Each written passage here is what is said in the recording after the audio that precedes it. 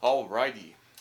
What's going on, everybody? Welcome back to Red Dead Aviation. Hope you guys are on a fantastic day today. And today, I have a update video for you guys. So, yeah, kind of lost at where to start this video because we've done so many of them at this point, and obviously, as we all know, this is not the ideal way that I want to be doing content. But unfortunately, it's kind of the best I can do for the moment in this situation that we've been in for almost 3 months now. So, but I definitely want to do some sort of update video for you guys. So, yeah, nevertheless, we are going to get started. So, like I said, I hope everybody's having a fantastic day. And yeah, so this video will primarily be about the Daytona Beach trip, pretty much. That is pretty much what we're going to encompass in this video. We may go into a couple of smaller things, but yeah, so let's get started. So, Daytona Beach trip to this point has been really, really good outside of not feeling very well, as you guys can tell and probably can hear. I still don't feel very, very good, but making the best of what I can. Today's Saturday, this video, it should be later when it comes out sometime on Saturday, hopefully, we'll see. But yeah, like I said, this trip has not been the most, or rather I should say, my health has not been the most ideal for this trip, but the actual trip itself has been really, really good. I'll kind of do a brief summary because most of this stuff I want to leave for the actual content that I can present to you guys sometime later this year, likely, but nevertheless, really, really awesome trip to this point. We left Tulsa Thursday morning on American Airlines 1572, service to Dallas Fort Worth. Really awesome flight, and it went really, really, really well. Everything was on time, and it was really, really, really good. Absolutely no complaints. We had a really cool 1-3 right landing at Dallas Fort Worth, which is pretty rare for a Tulsa flight, which was really, really unique. 25F was really, really good. I got a Kodiak 737, which was November 804, November, so that was really cool as well. American Airlines had a great experience. I know there's been some mixed reviews about American, especially in the last 10 years or so, but I had 2 great flights with them the other day. On time, great service, really good cabin crew. And I wouldn't say that they were the most talkative on both flights. However, they were really kind, and they were not suitable, sufficient. They were very sufficient. So I was very, very pleased by that. Then I had an awesome layover at Dallas Fort Worth. Even though I was really struggling to keep going, I did my absolute best, and I spotted for about an hour and a half, which I was really proud of because I didn't know how long I was going to be able to go without really needing a rest. And I went a whole hour and a half. And I saw some really cool planes, including the new theme Boston Red Sox JetBlue A320, the Blue Monster, it's its title.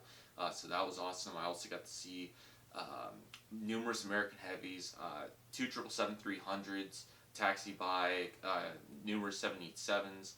I got PSA A319 again, which was really cool. I got to see the new D extension piece of the concourse.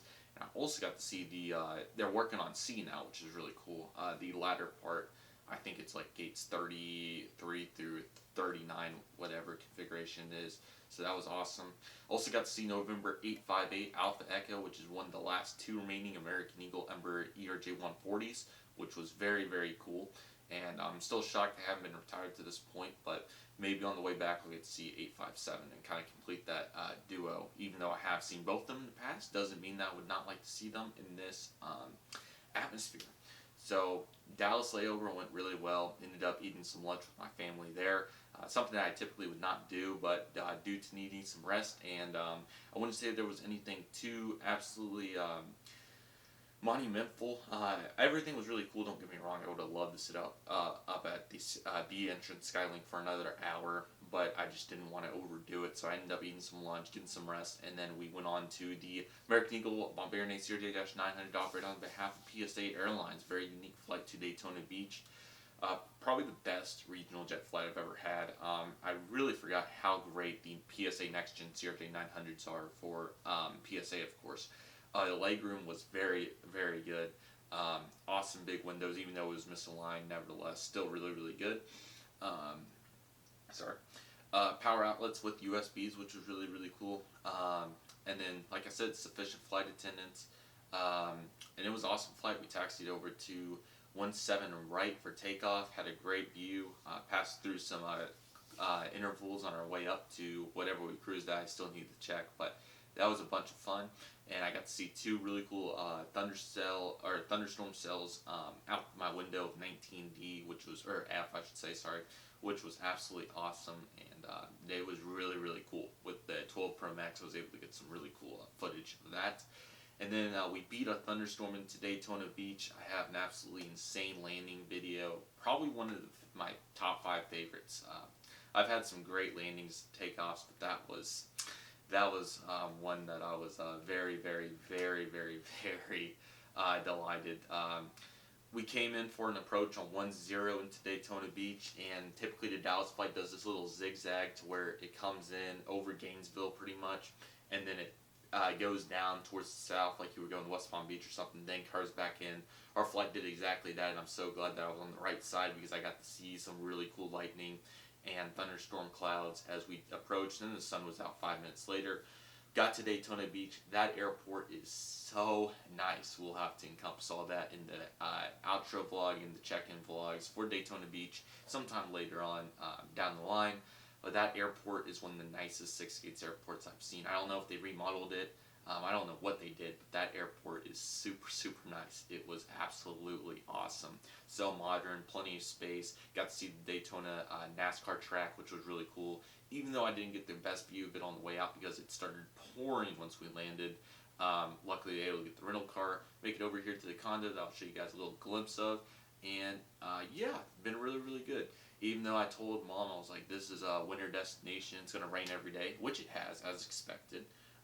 It's still a really good deal on the condo, and it's really, really nice. So I'm just trying to enjoy it, even though, like I said, I don't feel the best. I'm still trying to make the absolute most of it. Really kind of went back to the basics with flying the 737 CRJ-900. Obviously, as you guys know, this is not the typical anticipation that we had, especially for this summer in particular, coming off not being able to fly at all. But hey, I'm still very, very grateful and thankful for the opportunity that I've been able to have on this trip, and hopefully more to come soon, but I'm not going to force anything. Whenever the time is right, the time is right.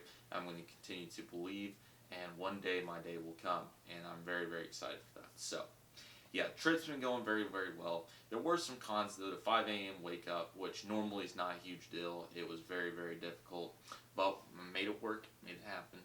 Still really tired from it, but we made it happen. We had to wait at Alpha 22 when we arrived on 737 for about 30 minutes due to no gate agent, but that was fine because the layover was plentiful and there was plenty of time. Yeah, oh yeah, in the CRJ-900 there was only 2 issues, which these 2, they're not the best, and one of them, especially for this flight, and other passengers may have been really annoying, but my seat in the seat back contents, there was 2 sanitizing white bags left, so that was unfortunate, but that's been a universal issue through all the airlines, so they were deep down in there anyways, so, but unfortunate there. But the bigger blow, I would say, was the Wi-Fi did not work. Of course it works on 737, which is a 48-minute flight, but on the 2-hour and 15-minute flight, it did not work, so yeah, that was really tough, but hey, if those are the worst things that happen, that is alright. And speaking as such, I did want to touch on the return option. I think I'm pretty much solidified on which one I'm going to choose. I kind of expected something like this, as bad as I hate to say it, and I don't want this to come off in a negative way. I don't want any negative connotation towards this. It's just the right choice for my health and what I think that I'm capable of, not overdoing it, my health and myself. Unless something drastically changes, I am planning on utilizing return option 1, Daytona Beach, Dallas, PSA 900, and the 737 back to Tulsa. Really, the wake up is the main thing, and I think if push came to shove and I had to stay an additional 3 days, which I'm not saying that in a bad way, I'm just saying for the terms of my health, I got camps coming up, I got school coming up in a couple weeks. I just don't think that's the right option. But if I had to do it, I could probably do it. And it's really, really difficult. We obviously talked about the 737 MAX, the 777-300, and the what would have been the A320. The Envoy 175 actually did open up on Thursday morning, so I did reserve that, but unfortunately I will have to cancel those reservations at least with what I'm planning to do right now.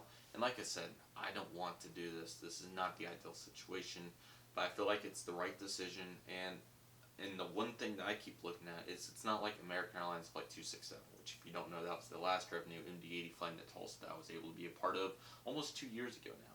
It's not like that these aircraft are going to go away anytime soon. There's going to be Envoy 175s in the future. There will be American 777-300s for years to come.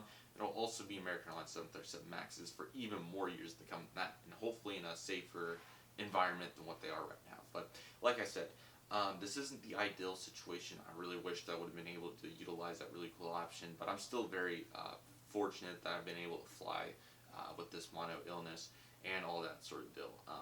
And I'm hopeful that I can rebound. I really want to go to airliners and maybe even Oshkosh next summer.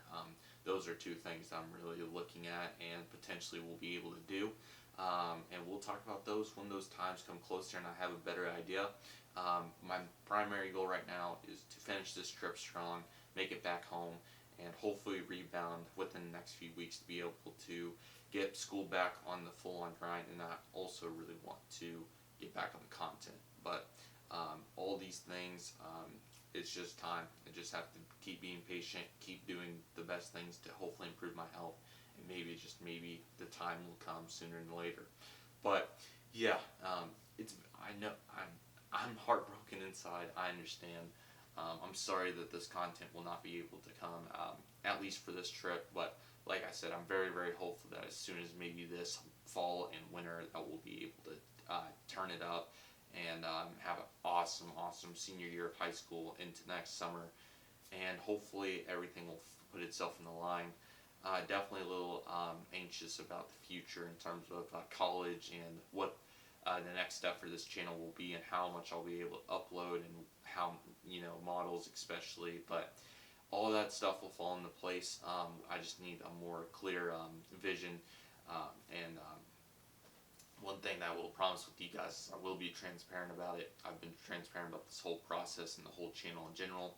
I don't like to hide things, and ultimately, I feel like that's the least I can do for you guys for supporting my channel. So, with all that being said, I thought I would give you guys a little bit of a condo tour. I kind of show you guys around a little bit and show you guys the beach view mainly, because I'm sure you guys would maybe like to see that. So let me turn this microphone around and stuff, and we will get into this. Okay, so let me turn the microphone around here. Hopefully it's not too loud. And let's take us up the tripod. I won't show you everything because it is pretty messy, but nevertheless, I'll kind of give you guys a brief view. So this is the room I've been utilizing. And here we go outside. Bathrooms over here. I think we have some air conditioner units and stuff. Another bathroom. We have another bedroom. This is kind of the main living area at the current time. Really, really nice. And we'll get out there in a moment. I'll kind of show you guys this beach view. Really, really, really nice. And then let's take it out here. Hopefully it's not too loud.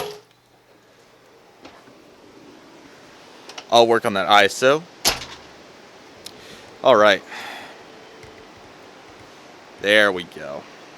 And let me also turn the aperture up a little bit. And welcome to Daytona Beach. Super, super nice, as we can tell. Sorry, I don't have my shades. It is super bright out here compared to that dark room. But really, really nice view. Absolutely awesome. Looks absolutely phenomenal. Saw a rainbow over there the other night, so that was super, super awesome. And it is super, super nice out here. Great place to relax, but I've been doing most of mine in the bedroom because I still don't feel great. But thought I would show you guys the view. Absolutely awesome, and it looks really, really good. Let's take it back inside here. And yeah, and then we got bedroom over there. And yeah, here's the view from inside. Still really awesome. And yeah, really, really awesome, even though typically I would really like to utilize all this space in here. I haven't been able to due to being sick and trying to rest up, and especially after that 18-hour day that we had the other day coming in. But nevertheless, so let me put you guys back on the tripod here for a minute, and we'll kind of conclude this video a little bit. Back on the tripod. And sorry that this takes some time. Microphone turned around. Let's go back to 13 and alrighty.